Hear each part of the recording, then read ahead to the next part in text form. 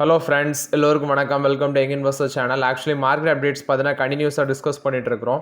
So இந்த வீடியோவில் பார்த்தீங்கன்னா மண்டே மார்க்கெட்டில் எந்தெந்த ஸ்டாக்ஸ்லாம் ஃபோக்கஸில் இருக்கும் அப்படிங்கிறத டிஸ்கஸ் பண்ணுவோம். ஆக்சுவலி ரிசல்ட்ஸ் அனௌன்ஸ்மெண்ட் பண்ணியிருப்பாங்க, பிஸ்னஸ் அப்டேட் பண்ணியிருப்பாங்க, plus next week corporate actions இருக்கிற ஸ்டாக்ஸ் எல்லாமே டிஸ்கஸ் பண்ணுவோம்.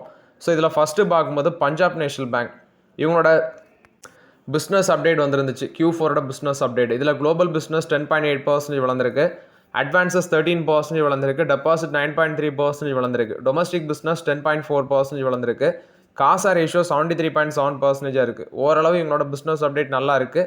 மண்டே மார்க்கெட்டில் இவங்களும் ஃபோக்கஸில் இருப்பாங்க. இது போக சில பேங்க் ஸ்டாக்ஸ் நீ பார்க்கும்போது Jammu and Kashmir bank, central bank of India அவங்களோட டோட்டல் பிஸ்னஸ் 15.7% வளர்ந்துருந்துச்சு. பேங்க் ஆஃப் இந்தியாவோட குளோபல் பிஸ்னஸ் 14.5% வளர்ந்துருந்துச்சு. சிஎஸ்பி பேங்க் இதோட க்ரோத் பார்க்கும்போது அட்வான்சஸில் 27% இருக்குது. Capital small finance bank 20.9% growth இருந்துச்சு அட்வான்சஸில். பஞ்சாப் அண்ட் சிந்த் பேங்க் வந்து 18.4% வளர்ந்துருந்துச்சு இயர் பேசிஸில். ஸோ இந்த பேங்க் ஸ்டாக்ஸ்லாம் பார்த்தீங்கன்னா மார்க்கெட்டில் நாளைக்கு ஃபோக்கஸில் இருக்க சான்ஸ் இருக்குது. ஆஃப்டர் தட் ஆர்பிஎல் பேங்க்கில் ரெண்டு அப்டேட்டு. ஒன்று, எமிரேட்ஸ் என்பிடி வந்து இதில் ஸ்டேக் அக்யூசிஷனுக்கு ஆர்பிஐ ஒப்புதல் கொடுத்துருக்காங்க, நியர்லி 74% ஸ்டேக் டேக் ஓவர் பண்ணுறதுக்கு. அடுத்து இதில் டோட்டல் பிஸ்னஸ் பார்க்கும்போது 24% வளர்ந்துருக்கு. நெக்ஸ்ட் அட்வான்சஸ் 22% வளர்ந்துருக்கு, டெபாசிட் 25% வளர்ந்துருக்கு. ஸோ ஆர்பிஎல் பேங்க்கும் ஃபோக்கஸில் இருக்க சான்ஸ் இருக்குது. இதில் ரெண்டு அப்டேட்ஸ்.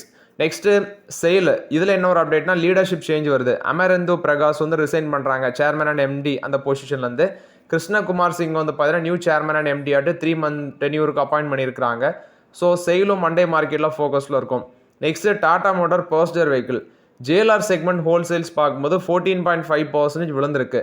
95,300 யூனிட்ஸ் விற்றுருக்காங்க. பட் குவார்டர் பேசிஸில் 61.1% வளர்ந்துருக்கு. ஸோ குவார்டர் பேசிஸில் க்ரோத் இருக்குது டாடா மோட்டார் பர்சனல் வெஹிக்கிள், குறிப்பாட்டு ஜேஎல்ஆரில். ஒரு ட்ராப்புக்கு அப்புறம் மீண்டு வராங்க. இயர் பேசிஸில் டிக்ளைன் ஆனாலும் குவார்டர் பேஸில் வளர்ந்துருக்கு. ரீட்டைல் சேல்ஸ் இயர் பேஸில் 14.3% வளர்ந்துருக்கு, 92,700 யூனிட்ஸாக இருக்குது. ஆனால் அது குவார்டர் பேஸில் 16.2% வளர்ந்துருக்கு. ஸோ ஜேஎல்ஆர் வந்து மீண்டு தான் வராங்க. இயர் பேஸில் கம்பேர் பண்ணி பார்க்குறத விட குவார்டர் பேஸில் கம்பேர் பண்ணும்போது ஜேஎல்ஆர் பார்த்தீங்கன்னா ஒரு பெட்டர் ஒப்பீனியனாக இருக்குது. டாடா மோட்டார்ஸும் ஃபோக்கஸில் இருப்பாங்க. மேபி நெகட்டிவ் போகலாம், ஏன்னா கம்பேர் பண்ணும்போது இயர் பேஸில் கம்பேர் பண்ணி கூட நெகட்டிவ் போகலாம். நெக்ஸ்ட் நால்கோ. ஆக்சுவலி ஃபினான்ஷியல் 26 இவங்களோட டோட்டல் அலுமினா சேல்ஸ் 30.7% வளர்ந்துருக்கு, 14.46 lakh tons. அலுமினியம் சேல்ஸ் மட்டுமே 2.8% இயர் பேசிஸில் வளர்ந்துருக்குது, 4.74 lakh tons இருக்குது இந்த குவார்ட்டரில் மட்டும். ஸோ இவங்களும் ஃபோக்கஸில் இருப்பாங்க நால்கோ. ரேமண்ட் ரியாலிட்டி இது ஒரு ரியல் எஸ்டேட் கம்பெனி. ஸோ இவங்க வந்து என்ன சொல்கிறாங்கன்னா ப்ரீ சேல்ஸ் வந்து 139% வளர்ந்துருக்கு, 1519 கோடியாக இருக்குது. கலெக்ஷன் 4% வளர்ந்துருக்கு, ப்ரீ சேல்ஸ் 31% வளர்ந்துருக்கு. அது இல்லாமல் த்ரூ கலெக்ஷன்ஸ் நீ பார்க்கும்போது அது ஒரு 9%, அதாவது ப்ரீ சேல்ஸ் த்ரூ கலெக்ஷன் வந்து 9% டிக்ளேர் ஆயிருக்கு, 1725 கோடியாக இருக்குது. இவங்களும் ஃபோக்கஸில் இருப்பாங்க Raymond realty. M&M financial service இது ஒரு non banking financial company. So இவங்களோட அப்டேட்டில் டிஸ்பர்ஸ்மெண்ட் 11% வளர்ந்துருந்துச்சு.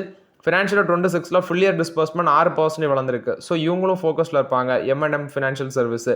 ஹிந்துஸ்தான் ஜிங்க் இவங்களோட Q4 ஆப்ரேஷனல்ஸ் நீ பார்க்கும்போது மெட்டல் அவுட் ப்ரொடக்ஷன்ஸு இது இயர் பேசிஸில் 2%, குவார்டர் பேஸில் 14% வளர்ந்துருக்கு. ரிஃபைன் சிங்க் அவுட்புட் பார்க்கும்போது 6% வளர்ந்துருக்கு. சில்வர் ப்ரொடக்ஷன் ஃப்ளாட்டாக இருந்துச்சு. அதே மாதிரி ரிஃபைன் லெட் அவுட்புட் பார்க்கும்போது 2% டிக்ளைன் ஆயிருக்கு. ஸோ இது ஹிந்துஸ்தான் ஜிங்கை பொறுத்த வரைக்கும் அப்டேட்டு. நெக்ஸ்ட்டு பார்க்கும்போது எனாமி இவங்க வந்து ஆக்சியம் ஆயுர்வேதாவில் வந்து ஃபுல்லி ஸ்டேக் அக்யூஷன் பண்ணியிருக்கிறாங்க. 2.5 yearsல வந்து பார்த்தீங்கன்னா மைனாரிட்டி ஆஃப் த ஸ்டேக் வந்து 2.5 வருஷத்துக்கு முன்னாடி மைனாரிட்டி ஸ்டேக் வச்சுருக்காங்க. ஸோ இப்போ ஃபுல்லாக டேக் ஓவர் பண்ணுறதாட்டு அப்டேட் கொடுத்துருக்காங்க. அது இல்லாமல் இந்த கம்பெனி வந்து ரிமைனிங் குறிப்பிட்ட இந்த ஆலோ ஃப்ரூட் ஜூஸில் வந்து அவங்க சில ஸ்டேக் வச்சுருக்காங்க மைனாரிட்டி ஆஃப் த ஸ்டேக்கு. ஆனால் 73.5% ஸ்டேக் ரிமைனிங் ஸ்டேக் வந்து விரைவில் பை பண்ணிடுவாங்க 200 கோடிக்குன்னு அப்டேட் கொடுத்துருக்காங்க. இது எனாமி கொடுத்த update. Rail Vikas Nigam limited இவங்க சவுத் சென்ட்ரல் ரயில்வேட்டை 242 கோடி ஒர்த் ஆஃப் ஆர்டர் வின் பண்ணியிருந்தாங்க.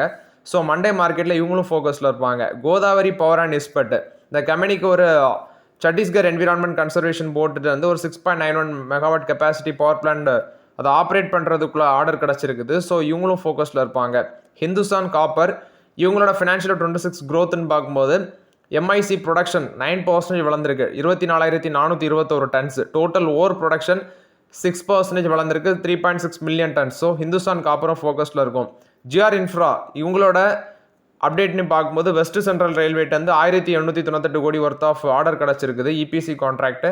ஸோ மண்டே மார்க்கெட்டில் இவங்களும் ஃபோக்கஸில் இருப்பாங்க. ரமா ஸ்டீல் டியூப்ஸ் இந்த கம்பெனியோட Q4 க்ரோத்னு பார்க்கும்போது சேல்ஸ் வால்யூம் 10.2% வளர்ந்துருக்குது. ஆக்சுவலி 1.95 லேக் டன்லேருந்து 2.15 லேக் டன் ஆட்டி இன்க்ரீஸ் ஆயிருக்கு. ஸோ இந்த ஸ்டாக்ஸ்லாம் பார்த்தீங்கன்னா மண்டே மார்க்கெட்டில் ஃபோக்கஸில் இருக்கும். ஏன்னா இவங்களோட சில அப்டேட்ஸ் வச்சு நான் உங்கள்கிட்ட அப்டேட் பண்ணியிருக்கிறேன். இது போக சில கோல்டு ஸ்டாக் சென்கோ கோல்டும் ஃபோக்கஸில் இருக்கும். ஏன்னா அவங்களோட பிஸ்னஸ் அப்டேட்டும் வந்துருந்துச்சு. இது போக பேங்க் ஸ்டாக்ஸில் எஸ் பேங்கோட பிஸ்னஸ் அப்டேட்டும் ரிலீஸ் ஆகிருந்துச்சு. இதில் எஸ் பேங்கோட நெட் லோன் அண்ட் அட்வான்சஸ் 2,72,454 கோடியாக இருக்குது. குவார்டர் அண்ட் குவார்டர் பேஸில் 5%, இயர் ஆனர் பேஸில் 10% வளர்ந்துருக்கு. டெபாசிட் 9% வளர்ந்துருக்கு குவார்டர் அண்ட் குவார்டர் பேஸில், இயர் ஆனர் பேஸில் 12% வளர்ந்துருக்கு. காசா பேலன்ஸ் 12.5% வளர்ந்துருக்கு. ஆனுவலி 14.9% வளர்ந்துருக்கு. ஸோ எஸ் பேங்கும் பார்க்கும்போது பார்த்தீங்கன்னா ஓரளவு மாட்ரேட்டாக பண்ணியிருக்காங்க. டெபாசிட் 35%, 34%லேருந்து 35% இம்ப்ரூவ் ஆயிருக்கு. நெக்ஸ்ட் ஐடிபிஐ பேங்க், இது டபுள் டிஜிட் க்ரோத் காமிச்சிருக்கு. டோட்டல் பிஸ்னஸ் 14% வளர்ந்துருக்கு. டெபாசிட் 12% வளர்ந்துருக்கு. நெட் அட்வான்ஸஸ் 16% வளர்ந்துருக்கு. காசா டெபாசிட் 7% வளர்ந்துருக்கு. குவார்டர் அண்ட் குவார்டர் பேஸில் டோட்டல் பிஸ்னஸ் 5.47 லேக் க்ரோராக இருக்குது. நெட் அட்வான்ஸஸ் 2.39 லேக் க்ரோராக இருக்குது. ஸோ இந்த ரெண்டு பேங்க் கூட பார்த்தீங்கன்னா மண்டே மார்க்கெட்டில் ஃபோக்கஸில் இருக்கும். மோராரட்டி எல்லா பேங்க் ஸ்டாக்ஸோட Q4 பிஸ்னஸ் அப்டேட் ரிலீஸ் ஆயிருக்கு. ஸோ மண்டே மார்க்கெட்டில் பேங்க் ஸ்டாக்ஸ் குறிப்பாட்டு ஃபோக்கஸில் இருக்கும். ஸோ பேங்க் நிஃப்டியை வந்து கேர்ஃபுல்லாக வாட்ச் பண்ணிக்கோங்க. நெக்ஸ்ட்டு பார்க்கும்போது டிவிஎஸோட அந்த சேர்மன், டிவிஎஸ் மோட்டரோட சேர்மன் வேணு ஸ்ரீனிவாசன், இவங்க வந்து பார்த்தீங்கன்னா டாடா ட்ரஸ்ட்டு குறிப்பாட்டு பாய் ஹிருபாய் ஜாம்ஷெட்ஜி டாடா நவராஸ்ரீ அந்த ட்ரஸ்ட்டில் வந்து பார்த்தீங்கன்னா இந்த சேரிட்டபிள் இன்ஸ்டியூஷன் அதில் வந்து ஸ்டெப் டவுன் ஆகிறதாட்டு சொல்லியிருக்கிறாங்க. ஏன்னா மெஹிலி மிஸ்ட்ரி வந்து இவர் சேலஞ்ச் பண்ணதுனால அவர் வந்து இப்போ வெளியே போகிறதாட்ட அப்டேட் கொடுத்துருக்காங்க. So after the death of Ratan Tata பார்த்தீங்கன்னா மோஸ்ட்லி கிட்டத்தட்ட அதில் அந்த ட்ரஸ்ட்னே பார்க்கும்போது நிறைய ட்ரஸ்ட் இருக்குது. ஒரு 9 ட்ரஸ்ட் ஏதோ இருக்குதுன்னு நினைக்கிறேன். அதில் நிறைய பஞ்சாயத்து ஓடிட்டு இருக்குது.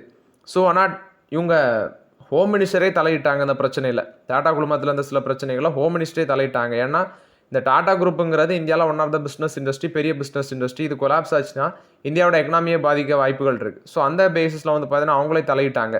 ஸோ அந்த அளவு பார்த்தீங்கன்னா ஸ்டில் வந்து after the death of Ratan Tata உள்ள சில பிரச்சனைகள் போயிட்டுருக்குது. ஸோ இப்போ டிவிஎஸ் மோட்டரோட சேர்மனாக இருந்த வேணு ஸ்ரீனிவாசன் இப்போ வந்து ஸ்டெப் டவுன் ஆகிட்டு போகிறாங்க.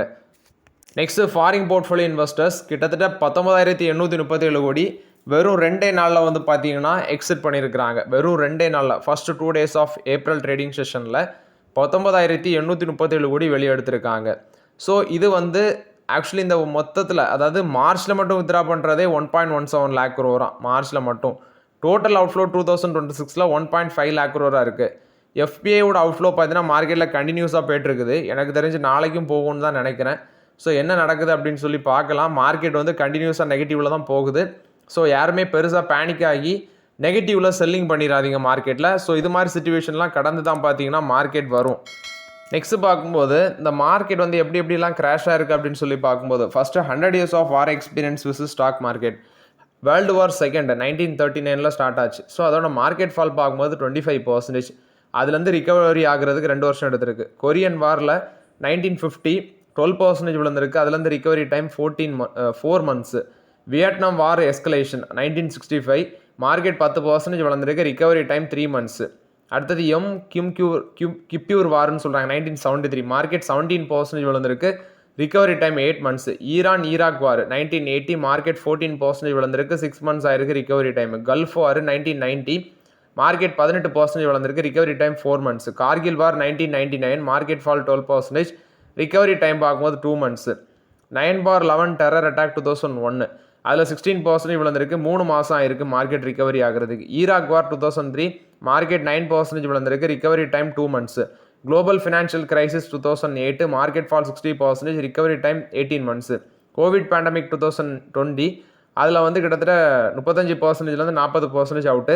Recovery time 7 months. Russia Ukraine war 2022 market 15% விழுந்துச்சு. 4 months recovery time. Israel Hamas war 2023 so அது வந்து மார்க்கெட் இப்போ 6% பார்த்தீங்கன்னா அந்த டைமில் விழுந்துருந்துச்சு. 1 month ரிகவரி டைம். ஸோ இப்போ கரண்டாட்டு போய்ட்டுருக்கிறது இந்த இஸ்ரேல் US ஈரான் வார். ஸோ இதோட பேனிக் சுச்சுவேஷன் எவ்வளோ டைம் ரிகவரி எடுக்கும் அப்படிங்கிறத இந்த வார் வந்து முடிஞ்சால் தான் நம்மளால் கெஸ் பண்ண முடியும்.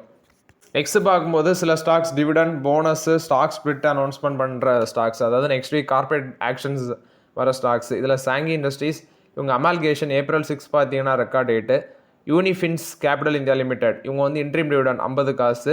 April 6 record date. Avax apparels and ornaments இவங்க வந்து April 7 record date. Bonus issue 3:1 அந்த ரேஷியோவில் கொடுக்குறாங்க.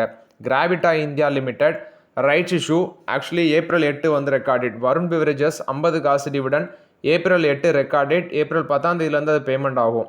ஜாஸ் இன்ஜினியரிங் பிரைவேட் லிமிடெட் 60 காசு இன்ட்ரீம் டிவிடெண்டு இவங்க April 10 record date. Pure drop fruits limited April 10 record date. இது வந்து பை பேக் ஆஃப் ஷேர்ஸ்.